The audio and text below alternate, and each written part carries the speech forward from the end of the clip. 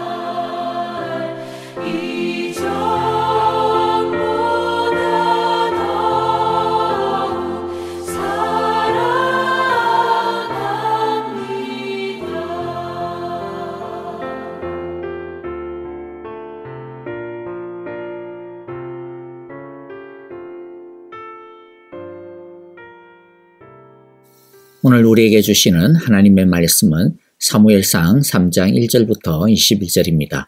자, 오늘도 좀 말씀이 길기 때문에 제가 읽어드리지 않고요, 우리 영상을 통해서 함께 읽도록 하겠습니다. 영상이지만 한 절씩 우리 나누어서 꼭 같이 읽어 주셨으면 합니다.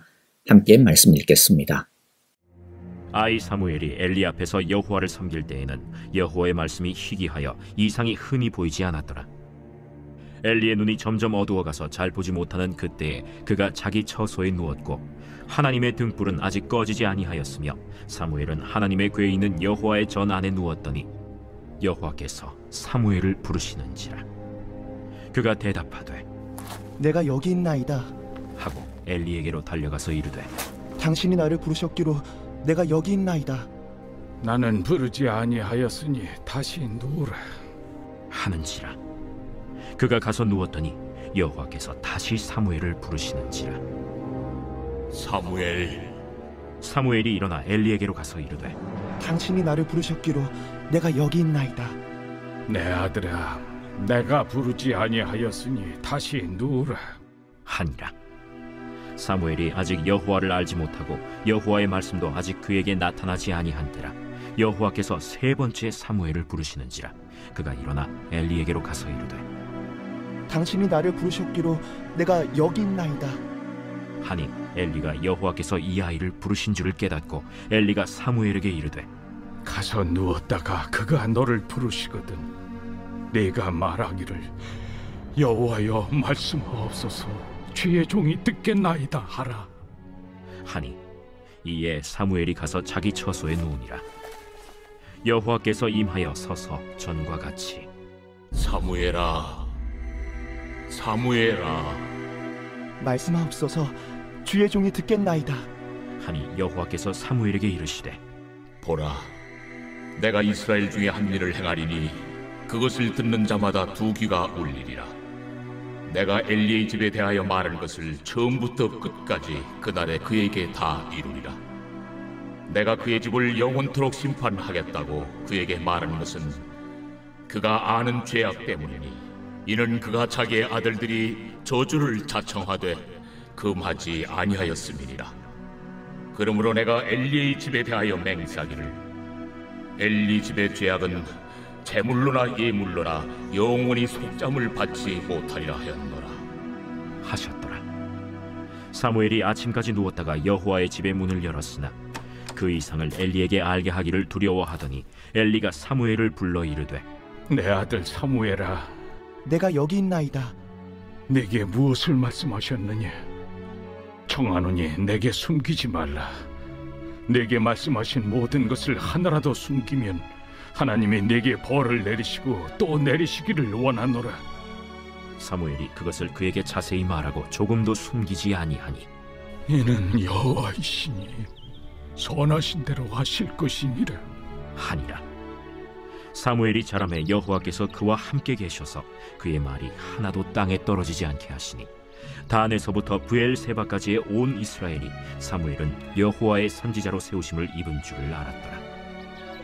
여호와께서 실로에서 다시 나타나시되 여호와께서 실로에서 여호와의 말씀으로 사무엘에게 자기를 나타내시니라. 자, 이제 오늘의 말씀을 가지고 함께 은혜를 나누겠습니다. 지난 2장에서는 하나님께서 사자를 엘리 제사장에게 보내어 엘리의 아들들이 행한 악행에 대한 경고와 심판의 메시지를 전하는 것을 보았습니다. 오늘은 사무엘을 통해서 재차 엘리에게 경고하시는 내용입니다. 오늘 우리가 첫 번째 살펴볼 내용은 왜 하나님이 굳이 사무엘을 통해 말씀하셔야 했는가 하는 것입니다. 엘리는 대제사장 아닙니까? 그런데 왜 이제 겨우 성막에서 허드렛 일을 도와주고 있는 어린아이를 통해서 말씀하셔야만 했을까 하는 것이죠. 그 이유가 1절과 2절에서 중의적으로 표현되고 있습니다. 한번 읽어보면요. 어린 사무엘이 엘리 곁에서 주님을 섬기고 있을 때이다. 그때에는 주님께서 말씀을 해주시는 일이 드물었고 환상도 자주 나타나지 않았다. 어느 날 엘리가 잠자리에 누워 있을 때였다. 그는 이미 눈이 어두워져서 잘 볼 수가 없었다. 자, 하나님의 말씀이 드물고 환상이 자주 나타나지 않았다라고 하는 것은요. 영적인 암흑기를 보여줍니다. 사사가 있고 제사장이 있는데도 불구하고 왜 말씀이 드물고 환상이 자주 나타나지 않았을까요? 자, 2장에서는 하나님께서 천사를 보내어 말씀까지 해주셨는데 왜 이제 그런 것까지 다 사라져버린 것일까요? 그것을 2절에서 중의적으로 표현해주고 있습니다. 엘리는 이미 눈이 어두워져서 잘 볼 수가 없었다. 눈이 어두워졌다라고 하는 것은 시력이 시력이 나이가 많아서 안 보이게 되었다라고 하는 의미만이 아닙니다. 그러한 것들을 빗대어서 엘리의 영적인 눈이 어두워졌다라고 하는 것을 보여주고 있는 것이죠. 말씀이 사라진 이유는 하나님의 말씀을 섬기는 사람들이 하나님의 말씀을 무시했기 때문입니다. 이것이 바로 심판의 전조입니다. 우리에게 있어서 진짜 암흑기는 경제적으로 힘든 때도 아니고 육체적으로 병든 때도 아니고 나이가 많이 들어 기력이 쇠잔해진 때도 아닙니다. 우리의 진짜 암흑기는 하나님의 말씀이 사라진 때입니다. 희미해지는 때입니다. 하나님의 비전이 보이지 않는 때입니다. 그런데 왜 하나님의 말씀이 사라지고 하나님의 비전이 나타나지 않습니까? 하나님이 떠나서가 아니죠. 우리가 하나님을 쫓아냈기 때문입니다. 우리가 하나님을 무시했기 때문입니다. 왜 어린 사무엘에게 하나님이 찾아오셔서 말씀하십니까? 그것도 사무엘에게 해당되는 말씀이 아니잖아요. 대제사장 엘리에게 해당되는 말씀이잖아요. 왜 다 큰 어른이고 영적인 이스라엘의 리더인 엘리 제사장에게 엘리에게 대한 그 말씀을 직접 말씀 안 하시고 이 어린 사무엘을 찾아와서 말씀하십니까? 그 이유는 이미 말씀했는데도 불구하고 그 하나님의 말씀을 엘리가 진지하게 받아들이지 않았기 때문입니다. 엘리와 그의 아들들이 말씀을 가볍게 여기고 순종하지 않으니까 새로운 시대를 열 제사장으로 사무엘을 직접 부르시는 것입니다. 여러분, 사무엘에게 말씀하시는 하나님의 이 모습을 보면서 우리가 들어야 하는 하나님의 말씀이 무엇입니까? 우리에게는 하나님의 말씀이 잘 들리고 있는지 살펴봐야 합니다. 우리에게는 하나님이 보여주시는 하나님의 뜻이, 하나님의 비전이 보이고 있느냐 하는 것이죠. 우리는 영적인 눈이 밝습니까? 아니면 어둡습니까? 하나님의 말씀을 더 잘 듣고 싶습니까? 그렇다면 하나님이 말씀하실 때 그 말씀을 존중하시고 사랑해야 합니다. 하나님의 뜻을 보고 싶습니까? 그러면 하나님께서 먼저 하나님의 뜻을 보여주실 때 그 뜻을 존중하여 그 뜻을 높여드려야 합니다. 그래야 계속 하나님의 말씀이 더 잘 들리고 계속 하나님의 뜻이 더 잘 보이게 됩니다. 엘리처럼 하나님께서 말씀하시는데도 그것을 무시해서는 안 됩니다. 아무리 작은 말씀이라도 하나님이 주신 말씀이 있다면 그 말씀의 믿음으로 제대로 반응하고 순종해야 합니다. 그래야 점점 더 큰 말씀을 하나님께서 주시는 것입니다.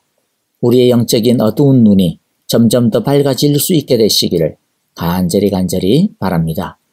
오늘 우리가 이제 두 번째 나눌 은혜는요, 하나님의 말씀에 반응하는 사무엘입니다.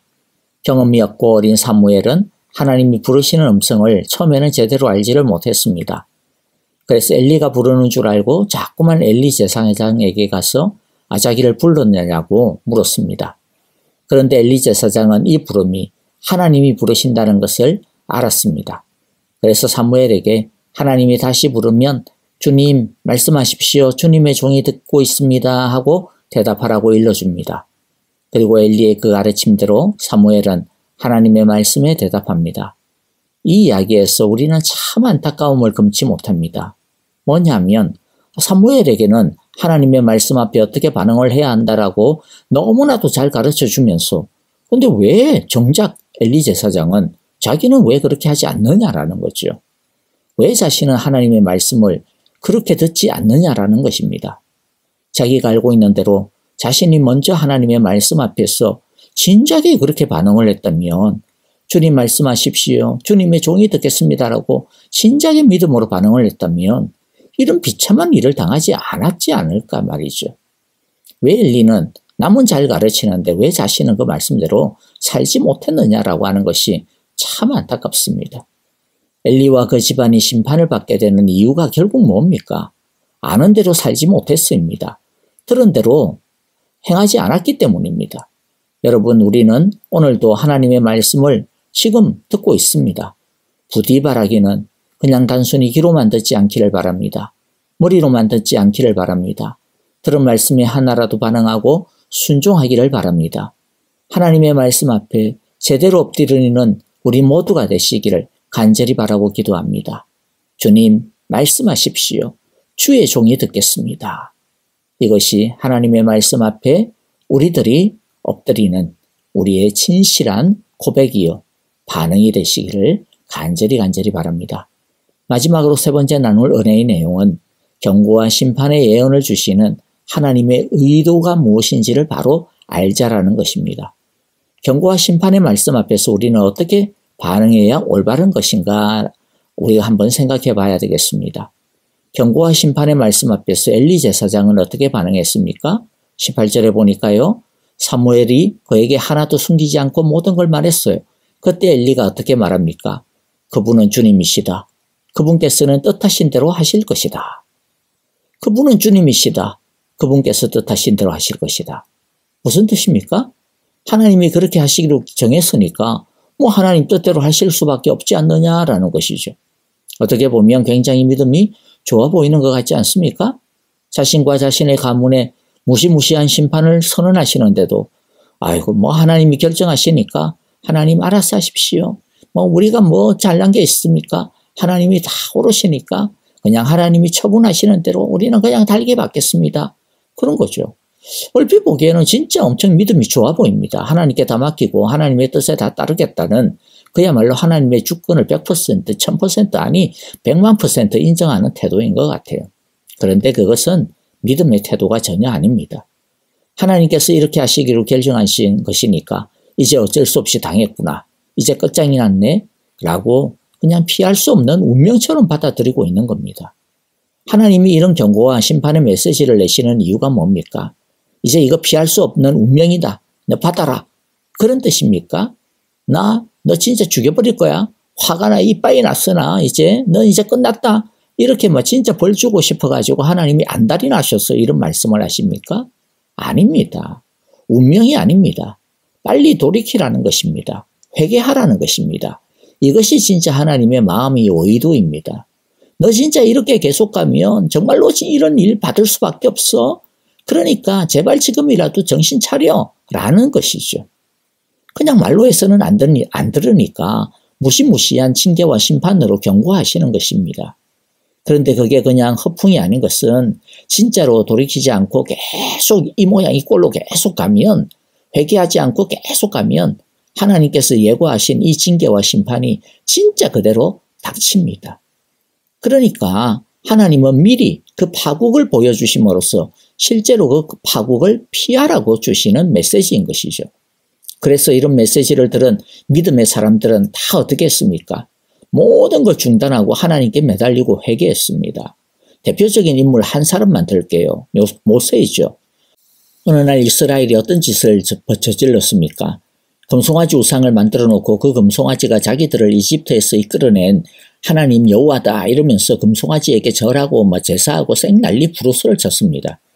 그것을 보시고 하나님께서 그냥 학을 떼시고 질려버렸어요.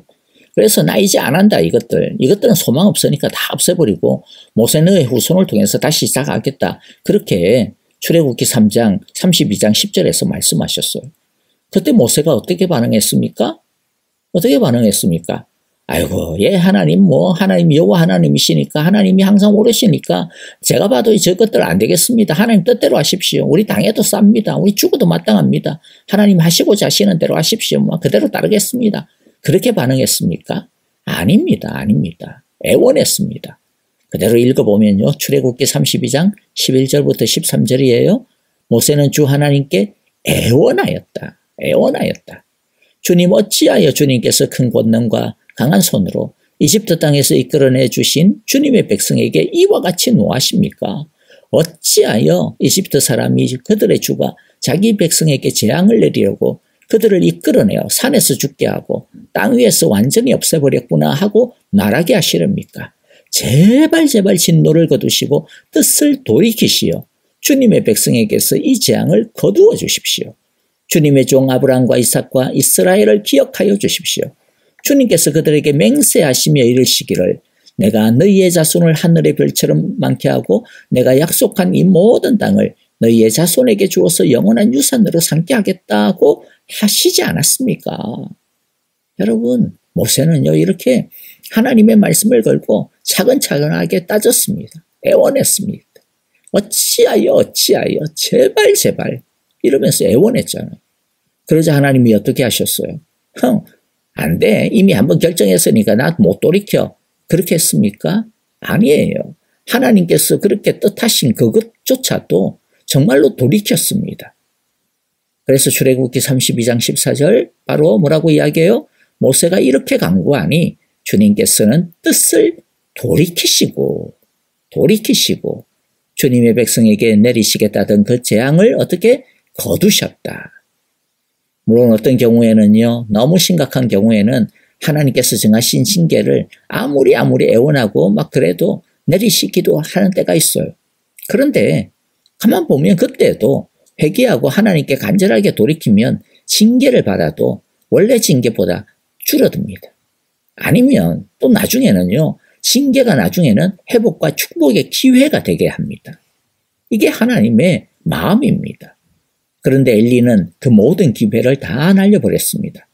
하나님께서 엘리에게 직접 말씀하셨을 때, 그때라도 2장에서 말씀하셨을 때 그때라도 정신을 차리고 아들들을 다 잡고 하나님이 혼내시기 전에 자기가 먼저 조처를 취하고 아들들이 회개하여 돌이키게 했다면 하나님께서 내리시기로 한 그 심판을 받지 않을 수 있었던 것이죠. 엘리는 하나님의 그 마음을 전혀 몰랐습니다. 여러분, 우리는 하나님께서 우리에게 경고하실 때에 엘리처럼 헛다리 짚지 않기를 바랍니다. 즉각적으로 하나님께 우리의 죄를 고하고 그 죄에서 속히 떠나는 지혜로운 믿음의 사람들이 다 되시기를 바랍니다. 그리하여 다시 은혜의 기회를 잡을 수 있게 되기를 간절히 바랍니다. 말씀을 마무리합니다. 19절에 보면 하나님을 만난 사무엘은 하나님과 동행하며 성장하게 됩니다. 그는 하나님의 말씀을 백성에게 전달하는 선지자가 됩니다. 사무엘이 한 말이 하나도 어긋나지 않고 다 이루어지게 되었다라고 합니다. 그 말은 그가 신명기 18장 22절에서 말씀하시는 대로 참 선지자임을 보여주는 것이죠. 다한에서 브엘세바까지 온 이스라엘 백성이 이것을 알고 인정합니다.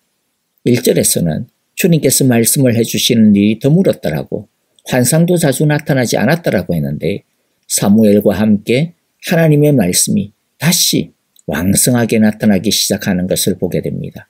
21절이죠. 주님께서 실로에서 계속하여 자신에게 나타내셨다.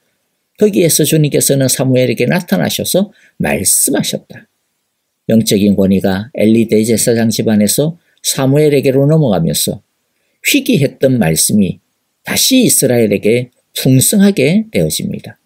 여러분 바라기는 매일 예배와 매일 말씀 통독을 통해 매일마다 이 말씀대로 계속해서 하나님을 만나며 계속해서 하나님께서 말씀하여 주시며 계속하여 하나님과 동행하는 축복을 우리 모두가 풍성히 누릴 수 있게 되기를 간절히 바랍니다.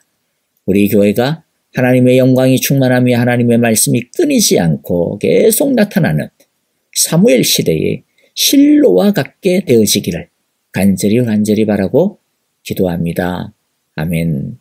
자, 오늘 우리에게 주시는 하나님의 말씀 우리 마음 가운데 새기면서 회개할 거 회개하고요, 또 결단하고 적용해야 될 거 결단하고 적용하고, 또 붙들어야 되는 하나님의 약속의 말씀이 있으면 우리 붙들고 함께 찬양하며 기도하도록 하겠습니다.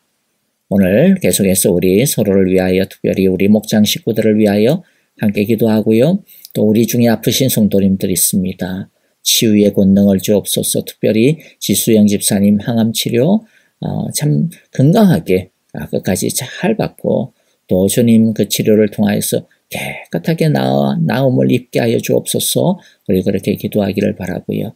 또 우리 선교사님들을 위하여, 가정을 위하여서도 기도해 주시고, 또 우크라이나의 평화를 위하여서 우리 함께 기도하겠습니다. 이제 우리 찬양 드리며 기도합니다.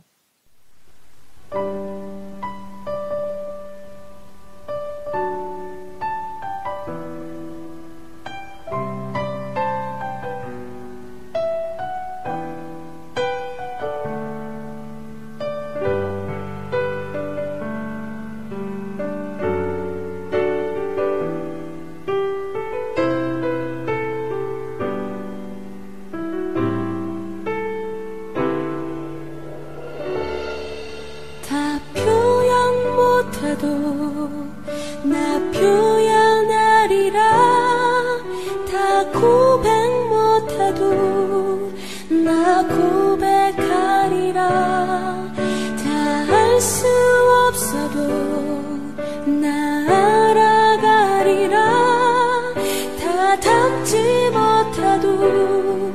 나 닮아가리라. 다 표현 못해도 나 표현하리라. 다 고백 못해도 나 고백하리라. 다 알 수 없어도 나 알아가리라. 다 닮지 못해도 나 닮아가리라. 그 사랑 얼마나 아름다운지, 그 사랑 얼마나 날 부욕해 하는지, 그 사랑 얼마나 크고 놀라운지, 그 사랑 얼마나 나를 감격하게 하는지.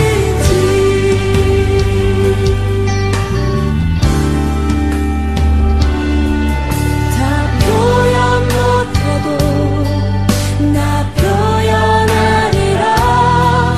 다 고백 못해도 나 고백하리라. 다 알 수 없어도 나 알아가리라. 다 닮지 못해도 나 닮아가리라. 그 사랑 얼마나 아름다운지, 그 사랑 얼마나 날 부욕해 하는지, 그 사랑 얼마나 크고 놀라운지를, 그 사랑 얼마나 나를 감격하게 하는지.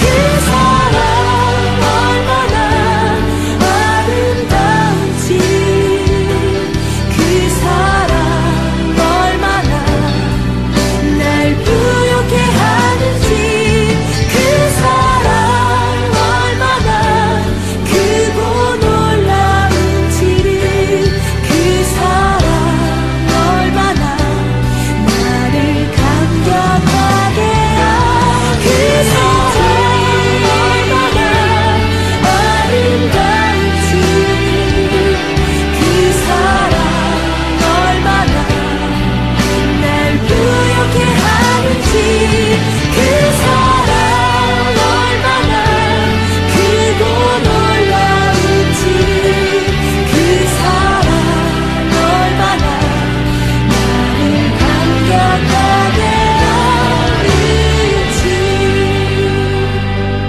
그 사랑 얼마나 나를 감격하게